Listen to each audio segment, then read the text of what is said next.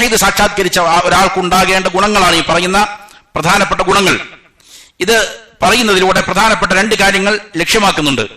ഒന്ന്, അല്ലാഹു സുബ്ഹാനഹു വ തആല ഏതൊരു കാര്യം കൊണ്ടാണോ ഈ പറയുന്ന ഇബ്രാഹിം അലൈഹിസ്സലാമിനെ പ്രശംസിച്ചിരിക്കുന്നത്, അള്ളാഹു ആരെയാണോ സ്തുത്യർഹമായ കാര്യങ്ങൾ കൊണ്ട് പ്രശംസിക്കുന്നത് അവരോട് നമുക്ക് ഇഷ്ടമുണ്ടാകണം എന്നുള്ളതാണ്. കാരണം അള്ളാഹു സുബ്ഹാനഹു വ തആല അവരെ ഇഷ്ടപ്പെടുന്നു.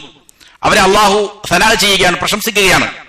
ഇബ്രാഹിം അലൈഹിസ്സലാമിനെ നാം ഇഷ്ടപ്പെടുക എന്നുള്ളത് അതിൽ നിന്ന് നാം നേടിയെടുക്കേണ്ട പാഠമാണ്.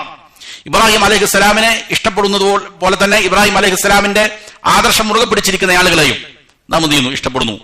ഇബ്രാഹിം അലൈഹിസ്സലാമിനോട് എതിരിട്ട കുഫാറുകളായ മുശ്രിക്കീങ്ങളായ ആളുകളോട് നമുക്ക് വെറുപ്പുമുണ്ട്.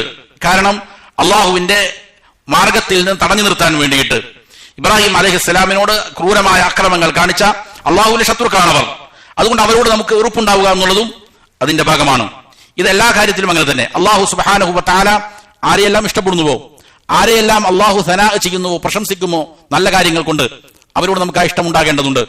ആരെയാണോ അള്ളാഹു സുബ്ഹാനഹു വ തആല ഇഷ്ടപ്പെടാത്തത് അവരോട് നമുക്ക് വെറുപ്പും ഉണ്ടാകേണ്ടതുണ്ട്. അള്ളാഹു മലായിക്കത്തിന് ഇഷ്ടപ്പെടുന്നു, സ്വാഭാവികമായും മലായിക്കത്തിന് നാം ഇഷ്ടപ്പെടുന്നു. നമ്മുടെ വർഗത്തിൽപ്പെട്ടവരല്ല, മനുഷ്യരല്ല, എങ്കിൽ പോലും നാം അവരെ ഇഷ്ടപ്പെടുകയാണ്. അള്ളാഹു ഷൈത്വാന്മാരെ വെറുക്കുന്നു, നാമും എന്ത് ചെയ്യുന്നു? അവർ വെറുക്കുന്നു. ഷൈത്വാനിന്റെ അനുയായികളെയും നാമും വെറുക്കുന്നു. അപ്പൊ ഇതാണ് അതിലെ ഏറ്റവും പ്രധാനപ്പെട്ട ഒരു പാഠം.